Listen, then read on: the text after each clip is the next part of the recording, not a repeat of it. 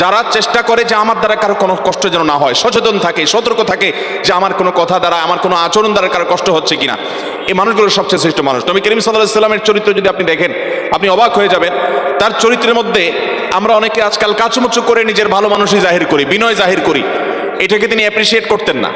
তিনি অ্যাপ্রিসিয়েট করতেন কোনটাকে?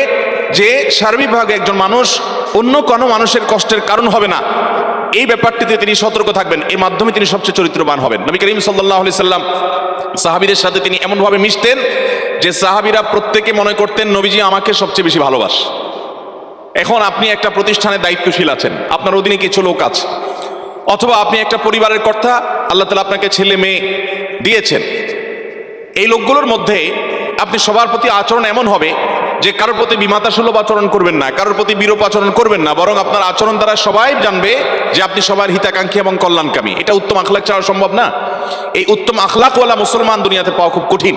বাহ্যিক লেবাসে পোশাকে অথবা বাহ্যিক আমল ইবাদতে মুসলমান আপনি বহু পাবেন, কিন্তু যার সকাল থেকে রাত পর্যন্ত পুরো দিনে তার দ্বারা কোনো মানুষ কষ্ট পায় না। যদি কষ্ট পায় তাহলে সে যখনই আঁচ করতে পারে যে আমি কাউকে কষ্ট দিয়ে ফেলেছি, সাথে সাথে সে সেটাকে নিষ্পত্তি করে ফেলে, মাপ চেয়ে সেটাকে শেষ করে তারপরে সামনে অগ্রসর হয়।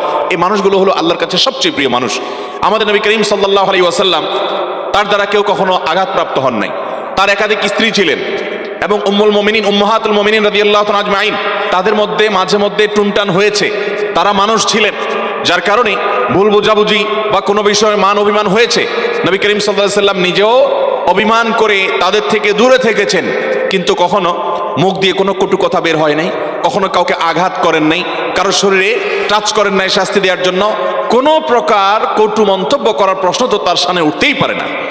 এভাবে তিনি গোটা পৃথিবীর মানুষের জন্য সর্বোত্তম আদর্শ হয়েছেন। আজ আমাদের মধ্যে এই জিনিসটার সবচেয়ে বেশি অভাব ভাইরা। আমাদের দ্বারা মানুষ কষ্ট পায়, কত মানুষ যে সারাদিনের মধ্যে কষ্ট পায়। আপনি একটা রিক্সায় উঠেছেন, রিক্সাওয়ালা বেচারা হয়তো কোনো ভুল করেছে, আপনি তাকে অকথ্য ভাষা গালিগালাজ দিয়ে বসলেন, হয়তো একটু জোরে ব্রেক দিয়েছে, কষ্ট হয়ে গেছে আপনার, আপনি তাকে এমন ভাবে বকাঝকা করলেন, লোকটা মনে আঘাত পেয়েছে, কিন্তু বলার কিছু সাহস পায় নাই। আপনার চেহারা ছবি দেখে সে ভয় পেয়েছে যে কোনো প্রভাবশালী মানুষ, আপনি কষ্ট দিয়ে চলে গেলেন। এরকম অহরহ আমাদের দ্বারা মানুষ কষ্ট পায় কি পায় না বলেন?